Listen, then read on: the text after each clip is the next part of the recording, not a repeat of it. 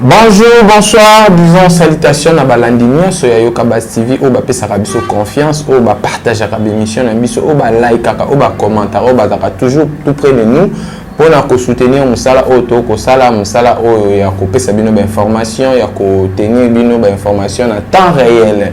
Donc, vous allez qui mon amboka Glody Ngumba H4.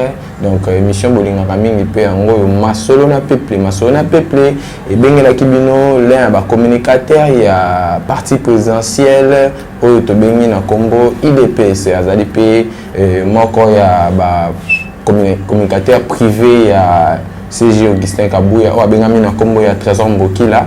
Donc, il y a des toko betane masolo les lots par rapport qu'est-ce qui se passe na Bunagana ni entre Jean-Marc Kabunde na parti IDPS. Pourquoi ba détournement que ça m'a toujours dans le régime il y a de connaissances sur le président Fachi. Est-ce que ils allaient continuité toujours il y a Joseph Kabila to ezani ni nanyazo ça la makambo un peu comme à niveau ezokoma. Donc toujours un bel invité na bino bolinga mingi. Bonjour Ndeko Trésor. Bonjour Ndeko H4, vraiment le cadre de la presse, Mireille plaisir, il y a partager le plateau Mokonayo. Je profite de cette occasion pour vous présenter d'abord bon début, bon début de week-end à tout le monde qui nous suivait partout dans le monde, les tout dépendant à l'heure au bazar Colin de la Bisso et Nabo Sanité, mon ami que j'aime bien. L'ingénieur Jun Zinza à partir de l'office des routes, vraiment TV Morobate Belé, merci pour nos conseils, merci pour nos orientation afin que na carrière professionnelle auto embrasser tout pour emboîter les pas parce que respectons les gars qui ont vécu avant vous, tous respectez vraiment parce que ça l'hospitalité oblige, hein, sanité le mois la bouteille du chef de l'État. Merci à toi pour le travail à bâti, un travail de titan. Donc Tembesili, na pesiga merci pour qui sangani boma singamwambe balobi accenti Augustin Kabouya, merci beaucoup. Et nous disons aussi un grand merci à l'envoyé spécial du chef de l'État, l'homme qui a valablement représenté le président de la République à niveau d'Israël. Là, je vois le très spécial, hein, l'excellence Massamba Kinouani. Faut un coup de chapeau, merci, parce que vous avez la fierté à conseiller au chef a fait sa confiance. Une fois de plus, bon week-end à toi, on est ensemble, merci beaucoup. Merci, on est qui mon amboka Trésor Mbokila, vous allez communicateur, il y a parti présidentiel, il y a vraiment tout kundolana et un peu vérité concernant ma campagne sur le Kana Mboka na biso République démocratique du Congo. Ndeko Trésor Mbokila, qu'est-ce qui se passe au juste à niveau il y a Rutshuru balobi reprise il y a ba combat et bandaki depuis hier donc déjà FRDC ça a attaqué ma positionnement il y a M23. To éviter ça par rapport à la nomination chef de l'État ça là qui est niveau armé a bougé a touché Mouki on te moni guerre. Est-ce que vraiment l'équipement est vraiment d'abord je félicite nouveau nominé à niveau il y a Armé Nabiso Otozobenga FARDC Lokamakasi. Je félicite le général John Chiwewe, je félicite John Chibangu, le général Christian Chiwewe au nommé Bango John Chibangu également. Na 21e légion militaire pour la défense à Mboka. Vraiment dit tout le baïka que l'armée a été bel et bien infiltrée, raison pour laquelle tout le monde a dit que peuple est là qui mise en place ces salama et chef de l'État local après ta qualité il auprès de la population à tikala qui vraiment sérénité mais yoka qui penza que le peuple naé na katia sérénité on a paix à confiance aiba qui pour renouveler confiance naé na baye oyo baza ko incarner patriotisme katina bango. Aujourd'hui tout le monde ne sera plus jamais surpris comme on a dit que FARDC a ko bousculer makambo et je reviendrai dans le jour qui vient pour donner la position valablement il y a FARDC na katia territoire il y a Nakata province de Rutshuru ainsi que dans le territoire de Bunagana où les choses se passent vraiment très difficiles. À l'heure où je vous annonce, bato côté kuna baza pena na Simba Benda Tindika Chakal bande na biso ya ba M23 bazo kima a des bandades koto. Je vous signale déjà na ba réseaux sociaux bato comme déjà ko féliciter FARDC ko ba que FARDC a déjà na position bien na Italie déjà au Italie, territoire Yabunagana. Et dans le jour qui vient, on va y revenir pour donner toutes les fortes détails. Et juste nous saluons la précision apportée par le chef de l'État Nakata Armée Nabiso Nabi avec les nouvelles équipes entrant, les équipes au Salavement, la pluie et les bons temps et au Sunga. Vraiment, qu'on a à partie Est, pour retrouver le blason terni de l'humanité pendant plusieurs décennies, des tracteurs et à pouvoir Nabiso pendant 32 ans et 18 ans. Yoko Banza vraiment na stratégie au chef de l'État Sali. Yako Tchaloko le général Christian Tchouewe na la tête ya armée Nabiso. Vraiment, il faut aussi sa guerre jusqu'à la fin. Parce que tu veux dire aux alaka tu taquer le positionnement à la fin. Non seulement que si sa guerre subitement, mais c'est juste que même autozo benga ditonis na kata armée. Vous savez, armée zala qui vraiment infiltré. C'est vrai que peut-être bande de ditonis c'est là. Eza ko baksa moins énergie à makasi, ko baksa moins bopiki renforcement na kata armée et puis ko détecter nani aza na compte ya armée, nani aza na compte ya armée. Lorsque on vous doit une responsabilité, c'est juste de donner le meilleur de toi-même. Parce qu'on a trouvé à toi, ma coquille a changé. Et on a eu ça bateau. Lorsque l'État vous fait confiance, il faut toujours chercher à donner le meilleur de toi-même pour changer. Tant qu'on appelle ça la confiance, on appelle ça rater par rapport à ce qu'on a démérité. C'est juste que bataille qu'il y a mais avec l'enthousiasme et comme sous temps à remettre comporter un plus. Il y a le Mokonzambo Kalokai ko sala na kata armée. Nazo kanisa ke na koya ya bandi kolokola ba John Chiwe, ba John Chibangu na Christian Chiwe et ko baksa pena un plus parce que baza bato ba umeli na kata armée pe ba yebi fonctionnement armée ndenge za na surtout que baza na confiance à Mokonzamboka na ndenge ke Mokonzamboka zo na ko mettre fin na ba désastre aux alliés collègues il y a Est de la République démocratique du Congo. Moi je pense que dans les jours qui viennent comment la différence il y a Maïna Mafuta Pelikamboya de père et de mère et primer vraiment des primes au bord pour changer puis ramener la partie Est au Bundisa Mita Moulaye puis Tobo Sanate. C'est ce que le chef de l'État a dit Nanzela ya Swazalaki récemment mardi na mercredi à l'Obaïki. On utilise les volets de la guerre si la volée diplomatique a échoué. Et comme la volée diplomatique est en train d'avancer en pas de tortue avec des avancées très significatives, beaucoup de pays qui dirigent le monde incarnent leur volonté sur la guerre de l'Est de pouvoir prendre fin. Je pense qu'avec les dispositions militaires, ça va y aller de peur pour que partie Est de la République démocratique du Congo ait retrouvé Kimianango et Bunga Kitamoulaye. Donc jusqu'à présent, tout ça qu'on a volé diplomatique, c'est ça? Non, tous utilisé des volets, nous chef Alobaki, tous utilisé des volets, mais volets au biso tous ça comme la priorité, ça volet diplomatique aussi longtemps sur le plan tactique de guerre, on appelle les sous Moussa les Osalama avec professionnalisme et l'équipe entrant au côté de père et de mère, pour mouiller vraiment les maillots pour que on a biso ba retrouver vraiment kimia oyo babungisi pendant tamla parce que guerre ya Est to loba na omba lebele a to expliquer on a des missions de Koglodi na loba que guerre ya Est ezali guerre moko ils ont volé au Tobenga amitié dimensionnelle. Ils ont guerre amitié dimensionnelle. Donc il y a plusieurs casquettes ils ont la carte. Même Bamindele na kati, même binationaux na biso baza na kati, même biso moko ba patriote musu tous a peu impliqué. Au moment que na niveau Assemblée nationale, on a toujours décliné à Kolbaï que quittons les groupes rebelles, quittons les groupes rebelles et on apprend na ba source officieuse que il y a certains députés qui influencent la guerre de l'Est à niveau yanine.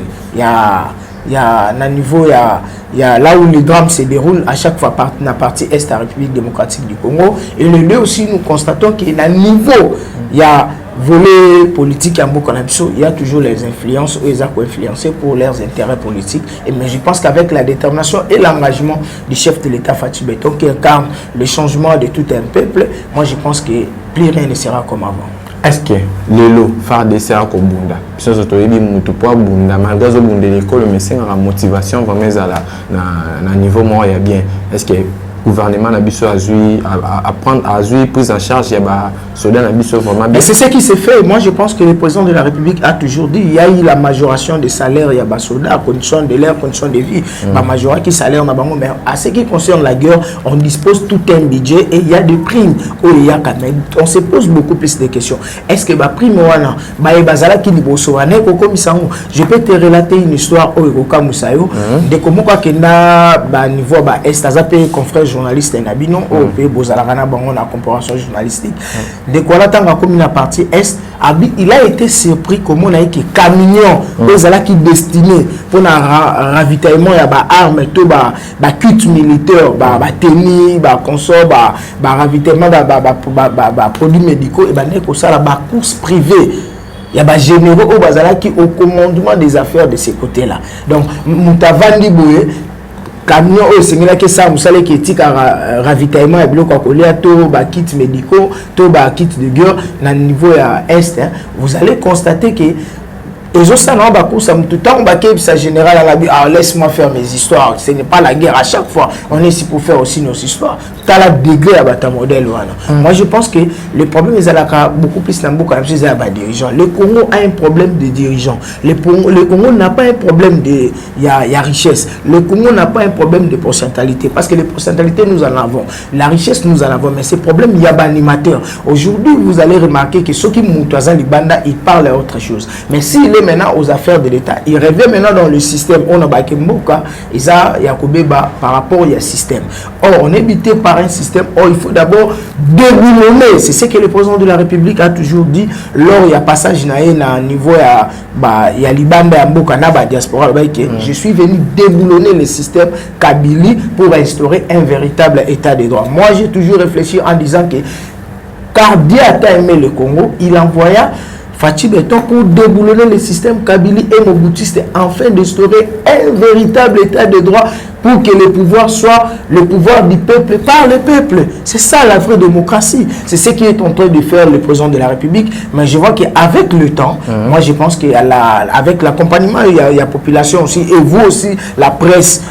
Comme vous le faites, moi je pense que c'est au niveau de YouTube qu'on parle toujours des réalisations du chef de l'État. Mais au niveau dans d'autres chaînes médias ici, TNT, on nous montre seulement une facette. L'avantage, il y a beaucoup à sauter. Critiquer, c'est bon, mais donner aussi des pistes de solutions, c'est plus mieux pour aider le pays d'aller en avant. Mais par rapport à FRDC na biso ou melina teni o infiltré les biso za teni bazana lelo est-ce que chef de l'état ko chamwa le ça côté pour ba changer teni o bazana na éviter so yo ko banza boni. Non, le chef de l'état ne peut pas donner des injonctions au niveau de l'armée s'il n'a pas réussi vraiment des vrais rapports à côté des responsables.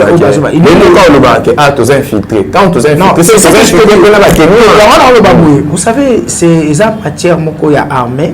Je ne veux pas me mêler là-dessus parce qu'ils ont la sécurité, ils ont la secret d'État, ils ont la pour ne pas faire l'atteinte à l'insécurité nationale. Moi, j'aimerais mieux que donner seulement je voulais mettre un point de vue sur ça en ce qui concerne Bateni. Moi, je pense que la charge revient au Christian Chiwewe, comme il est le patron de l'armée, actuellement c'est lui le patron de l'armée, qui puisse faire rapport au président de la République. Là, c'est une proposition. Moi, je pense que votre proposition, ce qui qui est plutôt, nous, on peut dire ici, on n'a pas une décision. Mais avec l'appui de Christian Chiwewe, le chef d'État peut voir, et c'est l'une aussi des stratégies que les nouvelles équipes pourront aussi mettre en place pour compliquer les rebelles. Il y a invité sur le sous-histoire moko o bakangaka ba teni na biso pa ba Monesco. Il a invité ba ya wana to ba ki a compris na ba Rwandais wana mi balé le deux militaires rwandais ba retrouver ki ba ngona ba armée ba AK-70 avec des tenues congolais. Ils ont aussi moko ya ba il y a indice et ça la caille qui est au Coca-Cola ba rebelle. Mais comme c'est une proposition, je dis seulement que na ba no so ba kolanda biso pe ba solo rana ba kambiambo ka biso pe to zarana ba kambiambo ka to zanga te ko komisa idée que na moko ba stratégie o ko iko sala ke to longa to mala biso bo tenir pe compte na Italie changement ya ba tenir na biso et vous allez pe plier pour na ko voyer ba qui est de nous et qui n'est pas avec nous, ça sera aussi plus meilleur. Vraiment c'est une idée. Félicitations pour ça. Vraiment, on est qui moi n'amboka trésor mbokila naza ko rappeler bino ki azali communicateur ya parti présidentiel azali pe communicateur privé le CG Augustin Kabouya. Donc, à côté d'Augustin Kabouya, je suis le porte-parole. Je suis le porte-parole privé. Porte-parole privé Augustin Kabouya. Et au niveau du parti, je suis le communicateur d'investigation pour le parti IDPS et je suis aussi en étant dans l'équipe de brigade de communication présidentielle. Il y a vraiment tout la vérité, mais Ndeko Trésor. Baxar international pour Trésor Mbokila à l'international. Ndeko Bazali Banda, Tolanda, Tulogola, Papi Madila, Bazolanda Biso partout dans le monde.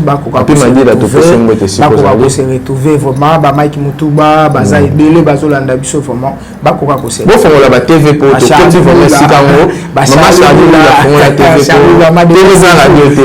Maman Arlette. Maman Arlette, très bien, Maritaka, Baoutipe qui s'en bon retour. La délégation à CG Augustin Kabouya. Très bien. Malgré que pour la raison, vous savez, ces derniers temps, je suis à l'office des routes, dont le secrétaire général Augustin Kabouya, mes respects, merci beaucoup pour la confiance renouvelée à moi. Il y a l'office des routes, en matière de communication, pour donner aussi de l'expertise. Président Bokila, le chef de l'État, Félix Antoine Tshisekedi, a élu état des droits au Toluka, mais le Oyo a élu Ango.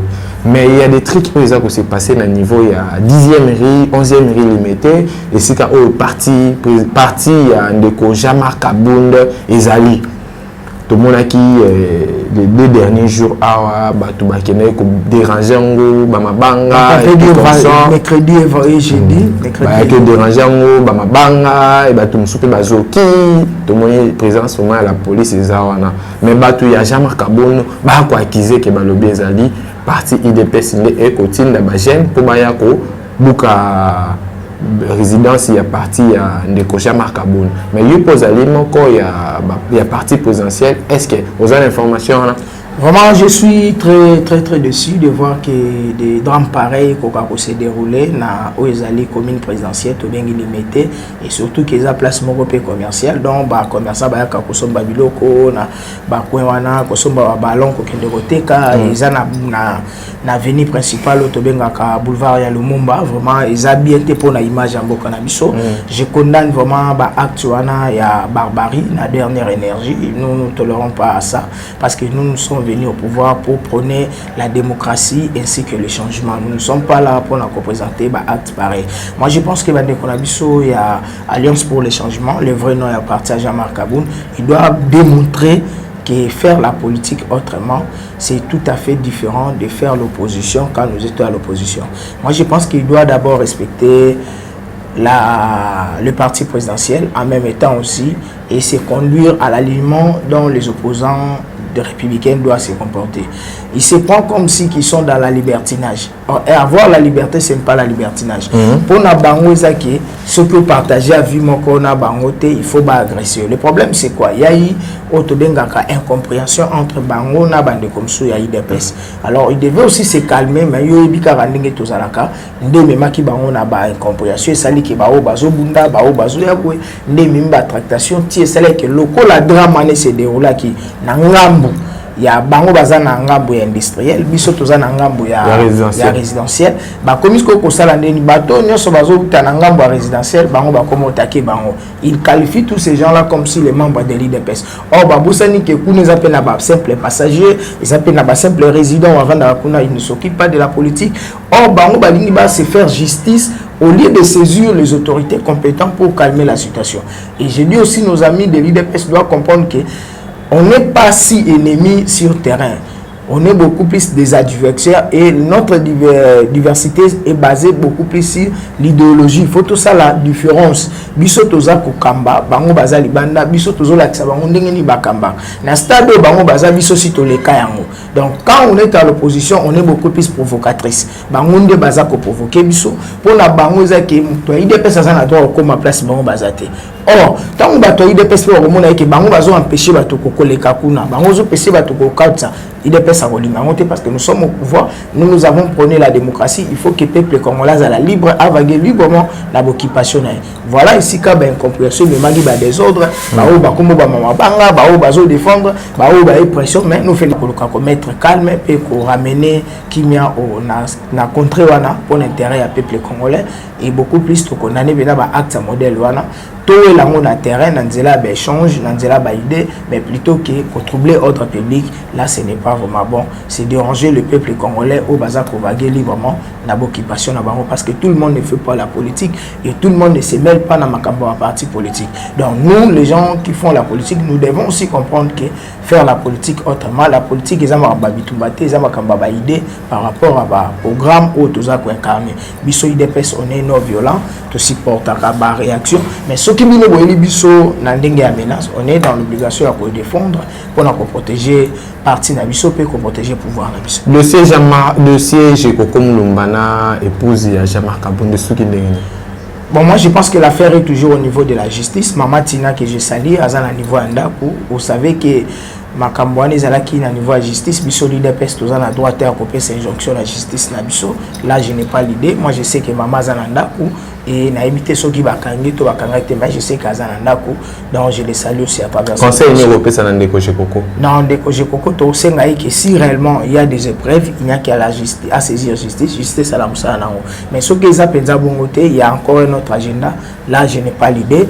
Beaucoup plus on reste toujours beaucoup plus politique. Et c'est dans la politique qu'on s'est connu, il ne faut pas qu'on dérange parce qu'il y a des enfants qui sont là, ils seront aussi frustrés comme on a été, papa Zate, maman sous ça poursuivi, et ils allaient ramaber. Ceux qui ont la preuve de Koje Koko, Atika Justice, c'est ça, ce que je peux dire, c'est ça. Vraiment, on est allé à l'international Trésor Mbokila. Nous avons rappelé que communicateur, il y a parti présidentiel, il y a porte-parole privé, il y a C.J. Augustin Kabouya, il y a des tozo bétané masolo. Na émission na bino bolinga kamingi masolo na peuple. Vous continuez toujours à partager, vous liker, vous commenter, vous benga, vous soutenir biso, vous ezali façon vous ko pesa biso makasi ya ko zala toujours wana pona ko pesa bino information na temps réel. Ndeko international Mbokila. Nabi ki Olanda ki oleka ki na kati Assemblée nationale. Ndenge très décis, naza pena très décis et oui toujours comme wana ndenge ndeko tingi pululu ameka ki vraiment ko recadrer papa Mbosso Code Ozali le président de l'Assemblée nationale. Azo accusé papa Mbosso azo côté la bato o ba ko lia mbongo ya mboka o bato ba ko détourner bato o baza ko aider vision chef de l'état té. Mais papa Mbosso peso to landi bezali muto o chef de l'état a tchaki pour la vision na epepo à la vision ya kobongisa mboko ya état de droit mais to moniting pour le aza ko accuser ki azali ko côté là ba ini ya mboka o ba mebi ya mboka o na ebité analyse ni ko ça to lecture ni ko ça par rapport à ba accusation oyo ndeko na biso ting pour le asala qui contre la personne ya papa Mbosso. Merci ndeko Glody au moni nde na lobaka que quand on est aux affaires de l'état il faut que tout le carrossel a intérêt à peupler parce qu'on est redevable à la population, parce que c'est la population qui nous fait confiance, c'est la population qui, grâce à la population qu'on est mandaté, beaucoup plus, niveau d'institution, ils font vraiment beaucoup plus immaturité politique et beaucoup plus génération il y a des députés au bazar na kati Assemblée nationale et l'eau bazo ça beaucoup plus populisme. Je défends ni Mbosso, je suis ni pour l'honorable Tingi Pouloulou ni pour le président Mbosso, mais je voulais être un peu au milieu du village. Si je vois cette vidéo où ils ont balancé dans les réseaux sociaux, ce qui n'a pas bien c'est un problème d'incompréhension. Le président Mbosso voulait rester dans la casquette en tant que président, il y a institution, il y a Rosala église au milieu du village, mais c'est pour Tingi Pouloulou étant député, il voulait un peu en parler au lieu place de la population. Le problème c'est quoi? Ndeko Tingi Pouloulou a fait des investigations, a fait beaucoup plus de recherches et il avait beaucoup plus d'informations sur la route Nzolana, Oezo Kende Nzela, Kimboala, Oyekobima Kimboala, Ebimi Nzela, Obabenga Kamunganga pour aller de l'autre côté il y a Ipen pour la seconde route pompage, Masikita consort.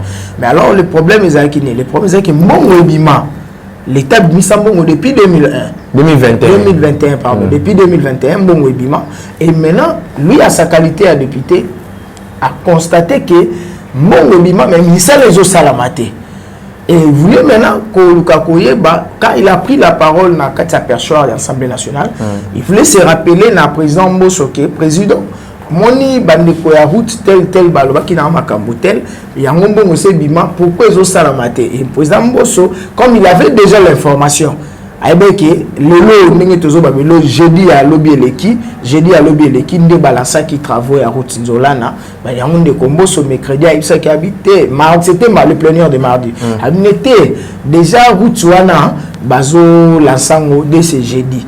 Or le président l'honorable Ting n'avait pas l'information que Bazo lancé des travaux dans jeudi. Voilà pourquoi il voulait faire pression à la présidence de l'Assemblée nationale. Et le président Mbosso voulait un peu qu'aux hommes ici dans la logique, comme le député était déjà émotionné devant sa motion, il voulait en parler. À la logique, de monnaie bendaki populisme, il y a quoi que Baron Basalaki. Mais le problème c'est quoi? Le président Mbosso aussi doit aider le député de pouvoir avoir des informations en aval et en amont, à tant où l'information ils apprécient. Voilà ce qu'on t'a dit bien, comme si le député n'avait pas l'information. Le député a une information depuis 2021, il voulait que l'Oba étant le représentant du peuple. Le président de l'Assemblée nationale savait déjà que le ministère de l'UTPR et à l'occurrence de l'Agence congolaise des grands travaux, c'est là qui a déjà information que étant institution, les jours tels, toujours ça la misala. Donc, toujours c'est la batouboui. Que lorsque bazo sala musala à l'État, ils sont censés de pouvoir respecter le timing, le temps où ils ont précis na katia coupe biré à vos travaux. Bino besoin on a 2001. Maintenant vous voulez 2021 pardon. Besoin on a 2021. Vous voulez lancer les travaux. N'a fait octobre 2022. Pourquoi IGF peut tout le monde IGF perd. Raison pour laquelle IGF aussi, il a perdu une part de sa mission. Il y a une entreprise, il y a une régie financière. Aussi longtemps, dans le secteur, il y a contrôle des travaux pour nous audit ces à la matière. Il y a audit beaucoup plus là où ils circuler facilement. Or, la population aussi sont on vous bazolinga au bazolinga comme on a ici comme ça les salama. Je prends exemple il y a office de route. Office de route ici j'ai le document sur le 44 ponts, le projet de 44 ponts d'acquisition des 44 ponts modulaires. Projet d'acquisition des 44 ponts modulaires. Or, pont aux ali pont il y a des enclavements. Il y a milliers de sous-développés tels que l'Odja, Kokendelem, sous Kole, Kobima Sankourou, Zélézatemina. Il y a des rivières qui traversent. Au monde il y a commis axe routière, code ainsi que site des rivières, portée et type de structure pour dans détail tu vois maintenant pont ils ont un désenclavement au moment où tous en limité pour la kokota Kingaboa quartier Kingaboa et ça là sur rivière alors il faut mettre des ponts n'ingé pesa la population à circuler librement dans l'occupation maintenant l'office de route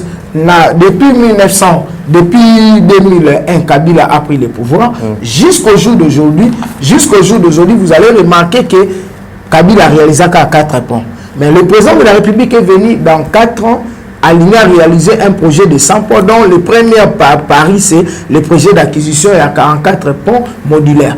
Donc c'est le nouvel comité entrant au Bakoti en place. À l'occurrence, il y a DG, le professeur Jeannot Kikanga Langoy, et l'homme selon la volonté du chef de l'État, le DG, le prof Célestin Ekoto, Oyo Azali Kotia Makanisipé, la bonne gestion pour accompagner le chef de l'État dans le volet infrastructure sur le développement et le désenclavement. Il y a un territoire. Vous comprenez que dans le secteur de l'infrastructure, IGF a pena mokolo toté. IGF a mokolo toté dans la régie financière. Donc, on a de l'autre côté, ça fait partie aussi du développement. Le pays ne peut pas développer sans qu'il y ait l'infrastructure. Toujours mon chef de l'État a lancé des travaux à Banzela. Maintenant, quels sont les États à Banzela par rapport à eux? Est-ce que IGF a contrôler? C'est entre parenthèses. Raison pour laquelle tout le monde a dit que le député Tingipulu Lalina qui a interpellé la société va charger à ça la route Nzolana. Pendant le ministère, on enseignera qui contrôler les travaux à ITPR. Or, on a vu sur la niveau de gestion à ITPR. Rien ne va. Il n'accompagne pas la vision du chef de l'État de Kodizaro. Il est en train de faire des histoires. Au peuple, ma cité. Je dis merci à secrétaire général qui m'a donné confiance d'aller travailler en domaine de communication sur la visibilité du chef de l'État à côté de l'office de route, sur le plan de numérisation, tant qu'elle ne palpe du doigt. Donc je vous préviens que on aura du temps pour recevoir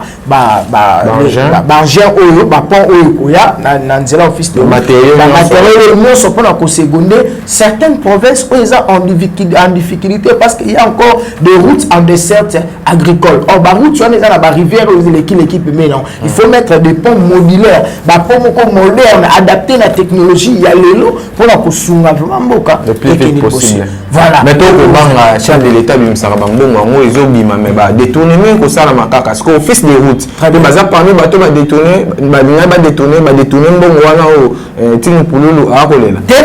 nous félicitons l'office de route. C'était hier jeudi, le DG et le professeur Jeannot Kikanga Lamboy, il pas qui en a compte il y a ITPR. Or ITPR il travaille avec le ministère, il y a ITPR il travaille en partenariat et en connivence avec l'office de route parce que l'office de route il y a dans la Koloba chantier et il y a Kabula Kaba marché tel que Sokazu marché à Monique, faut associer Foner, n'a associé Agence congolaise des grands travaux. À travers la route Nzolana, moi je pense que l'office de route travaille en connivence avec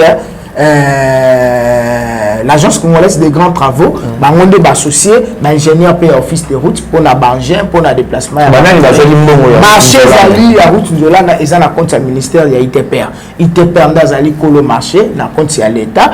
Et à travers, on a maintenant appelé ça une agence congolaise de grands travaux. Or, l'agence congolaise de grands travaux doit travailler en connivence avec l'office de route. Tu vois maintenant, les raisons pour lesquelles il y a des travaux, il y a eu la participation, il y a numéro 1 office de route, le professeur Jeannot Kikanga Langoy, au compte de l'office pour voir comment est-ce que les travaux doivent se dérouler. Et maintenant, l'office de route doit travailler en connivence ou doit travailler de pair en commun avec l'agence congolaise des grands travaux. Des fois aussi à travers un Foner, des fois aussi à travers un Mat Forest au Basalaki na bango route ya ni Ponyemba au Erelisaki au Tobenga Kalemi na provenant ya territoire à Niemba pour na collecter ba pont ko faciliter PP avaguer librement na occupation na.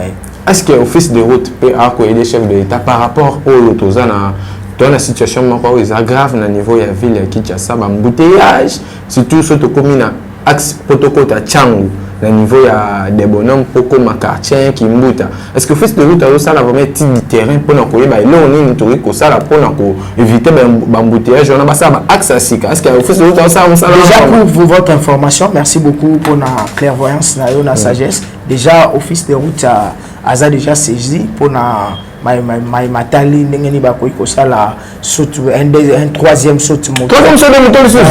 Oui, c'est tout à fait normal parce que ça Carrefour, attention, ça Carrefour au bimina entrée bimina entrée qui muta entrée outil tout droit axe outil kobanda limité ti aéroport pour prévoir aussi bande ko ya sans fil masina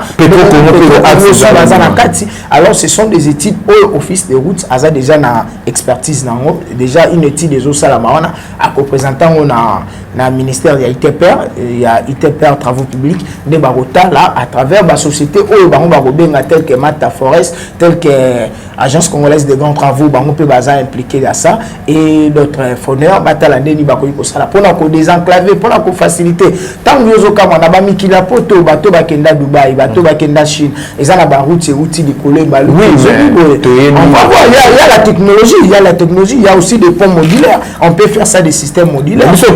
Pourquoi pas te passer là des axes non quand au côté niveau il y a quartier outil de bonhomme il y a ma crevette et côté 8 et côté witi njili to mususu pe witi na niveau ya il faut aussi salongo et côté Petro Congo il faut aussi tenir compte ya ba population evandiwana kobuka banda kuana okocha bango wapi l'état faut débourser l'argent mais avec la nouvelle technologie ba ko ça la système ya ba pont moko métallique ko faciliter ndenge ba soti moteur ba pont ba passerelle les allées le tout c'est en étude ndenge bazota là moi je pense que c'est un projet en cours de traitement tous est là avec le temps. Moi je pense que j'y reviendrai pour en couper ça va fort détail mais je vous signale que à l'occurrence il y a DGA le professeur Célestin Kotolom selon la volonté du chef de l'État il m'a déjà en parlé sur ça dans son cabinet où donc j'ai une fille membre pour en discuter il m'a dit que trésor tu sais que dans le niveau il y a quartier 1 Petro Congo pour arriver à sortir Kimbuta on va mettre encore un deuxième sortie mouton mais d'une manière métallique et professionnelle et beaucoup plus harmonieux pour désenclaver l'embouteillage et déranger la population afin que la population ait circulé librement.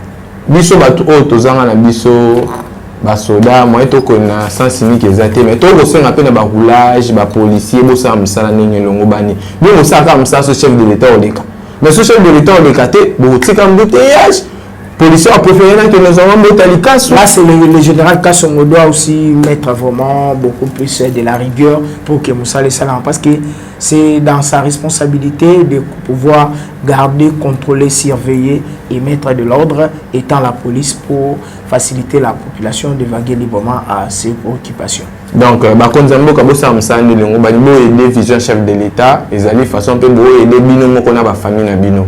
On les a qui mon amboka trésor boki à l'international. Il y a des taux ko betane masolo na mokola lelo na plateau na bino bolinga kamingi masolo na pe plutôt mais campagne en kokota na kati ya muzindo ya parti IDPS. Tout monde qui les sièges Augustin Kabuya c'est retrouvé à niveau qui sangani to habiter mission ezaki nini ya kene ko ça ne kene ça propagande.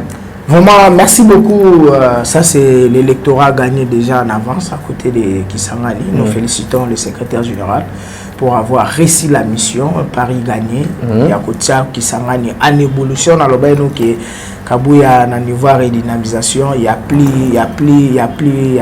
de débats. C'est déjà Paris gagné.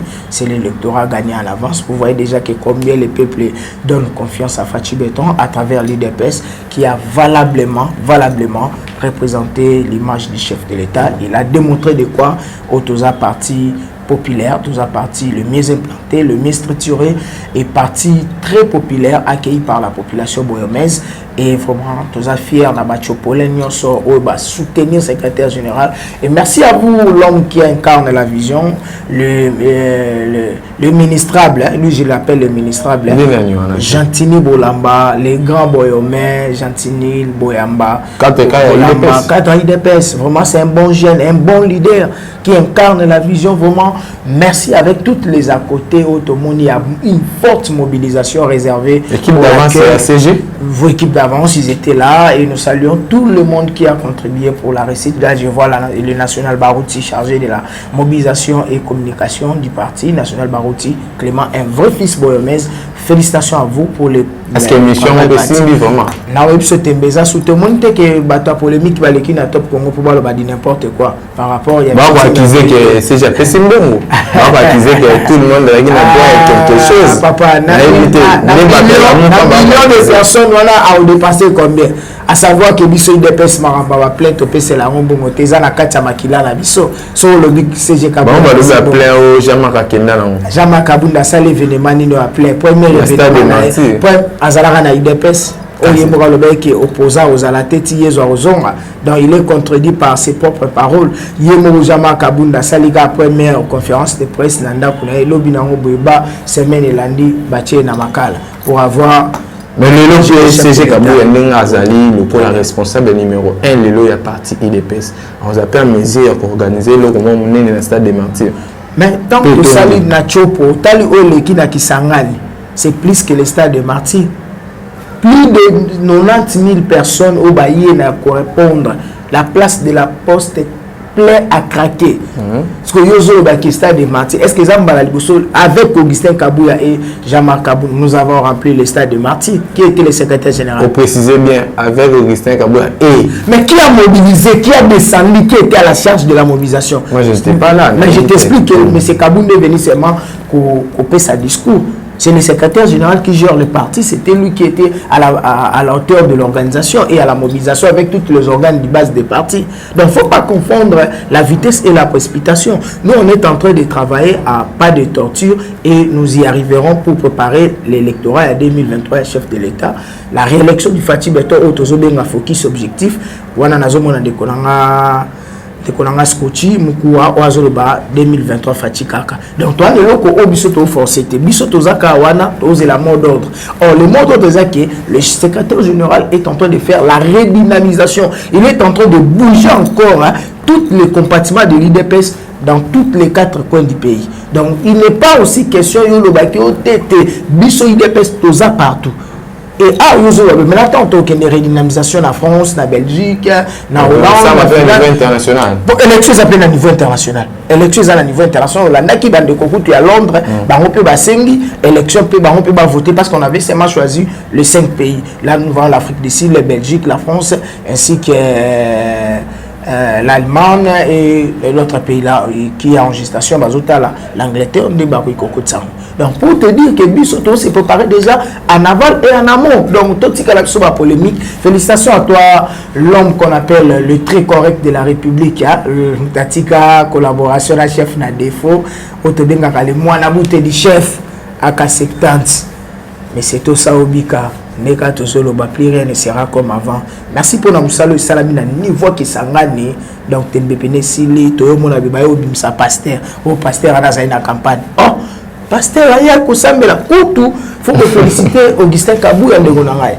Baboy pasteur Assambela, CG Kabouya non, je suis chrétien, je ne peux jamais commencer à faire le discours sans que ma prière là. Parce que oh nos ali, les ali c'est pour ça. Pasteur a mon nene qui s'engage. Oh, ne gonanga, bisoto ke gobenga. So yo tangi bongo sko ba musulman bayaki. Et bongo batu ya protestant, ba catholique yo bazala ki wana. Donc tout le monde était là, oya pona koya ko pesa ko déterminer soutien à bango à l'égard du chef de l'État où azali ko prôner changement na province ya Chopo précisément à Kisangani Boma Singamwambe où il vivra au rythme de l'IDPS et désormais Kisangani est devenu la bastion de l'IDPS au compte du Fatih Beto. International Trésor Boki là vraiment merci mille vraiment à l'invitation mon collègue de l'homme vraiment au disposé dans la pour une émission où il va nous cobalinga mingi masolo na peuple. Donc on a rappelé bien que le présidentiel a des porte-parole privée. Il y a CG Augustin Kabouya international mais un peu kobeta qui na culture na biso. C'est un peu comme moko ya biso. Très bien. Donc au monde na régime passé musicien moko de sousté to yebi régime des oa ki biso musique na biso si ki zalaki. Mais si ki tiki biso ata musicien moko sousté ko oser kobeta ta na stade de Martyr. Moi au monde na mandat ya Fatih Beto to ko mona bande ko fali ba ko signer ba beta na stade de Martyr.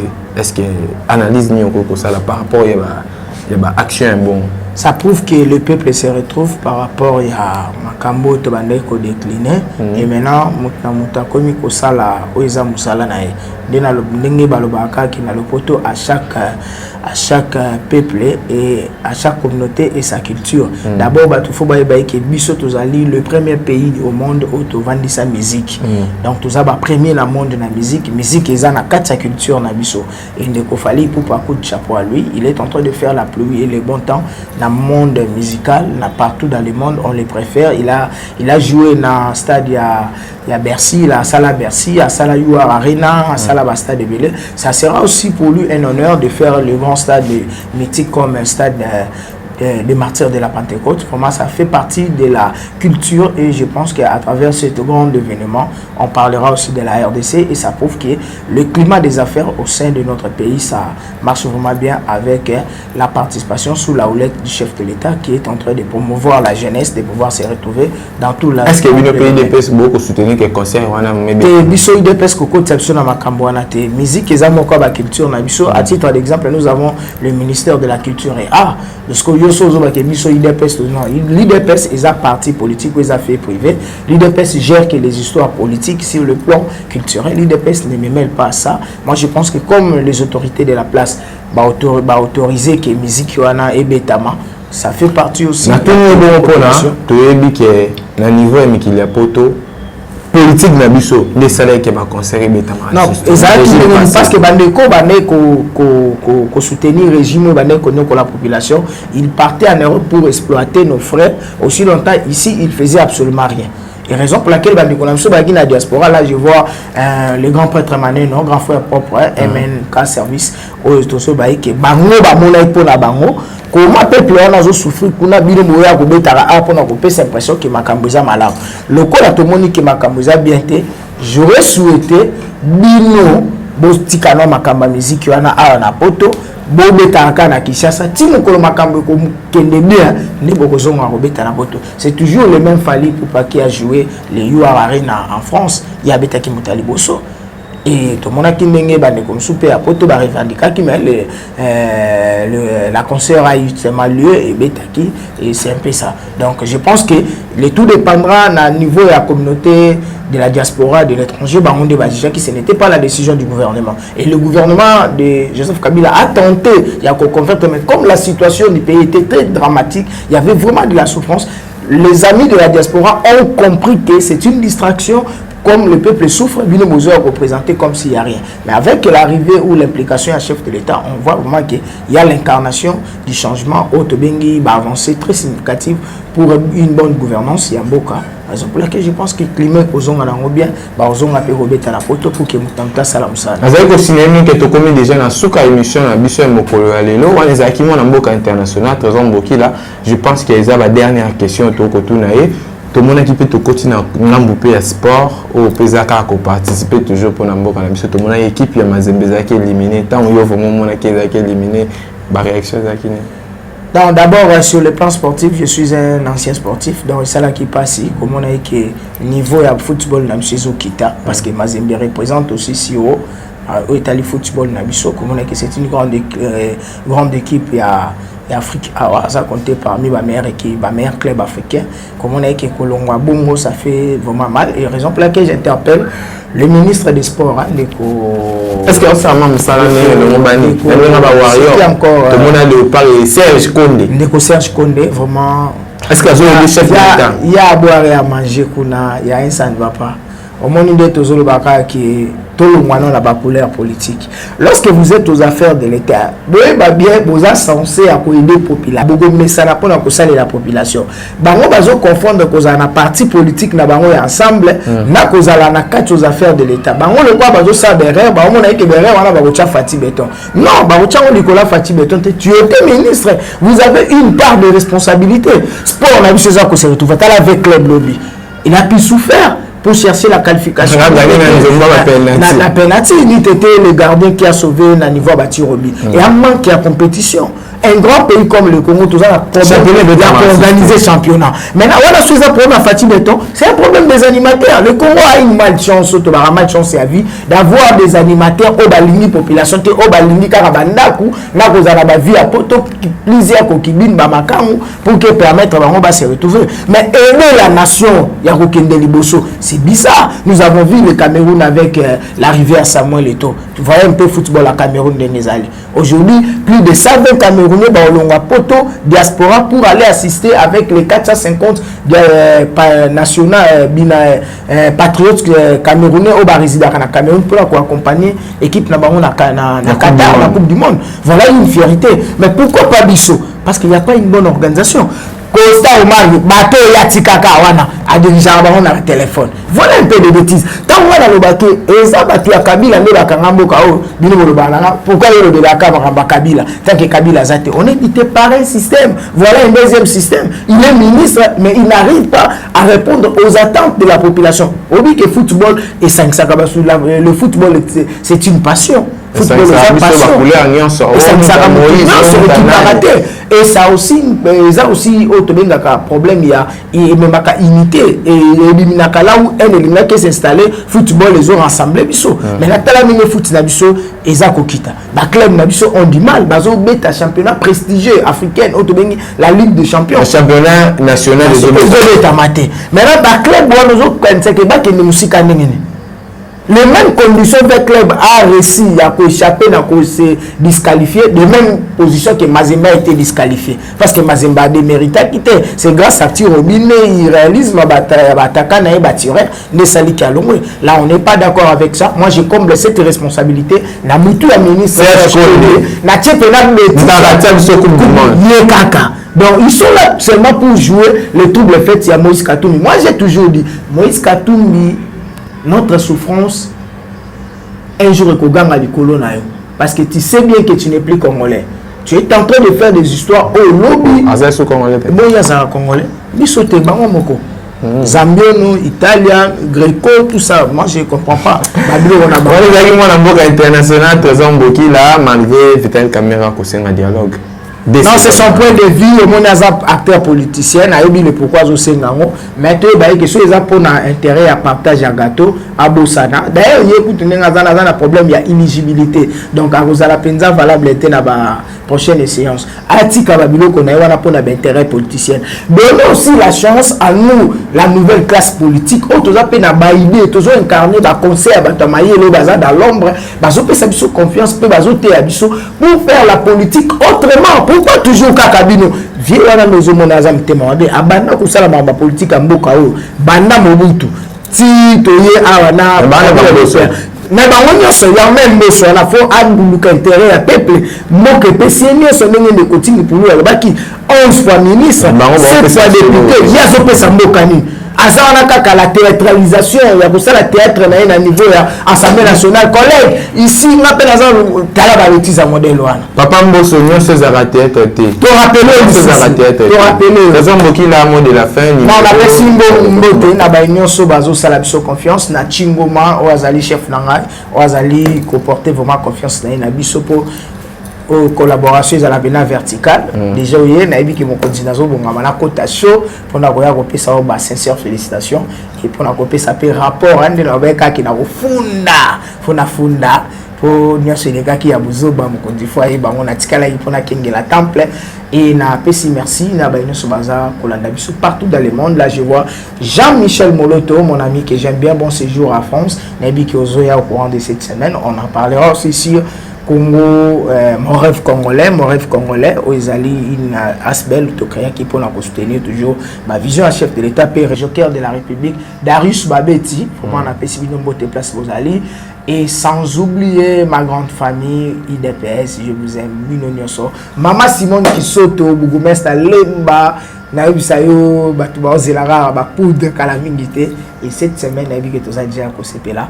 Vraiment, merci Bobenganga na plus 243 82 24 46 445 na bien plus 243 82 24 46 445. Là c'est mon numéro WhatsApp, vos suggestions et vos remarques ainsi que vos investigations. Salaka ndenge bandeko ya Montréal basalaka bazoko melanga tozo solo la kozala bien na yambarananga à n'importe quel moment na komarape to solo là et vous allez bien mingi na bosani binoté et si ka bozali vraiment Nzambe abatela binope abomba fachi béton sans oublier notre chère partie des presse focus objectif 2020. Merci beaucoup Trésor Mboki là. Merci na balandinyo sayoka base, merci na bato ba soutenir biso, merci na le manager Niki Ngumba au peut soutenir biso de loin de près donc na intelligence na prière na makamnyo so.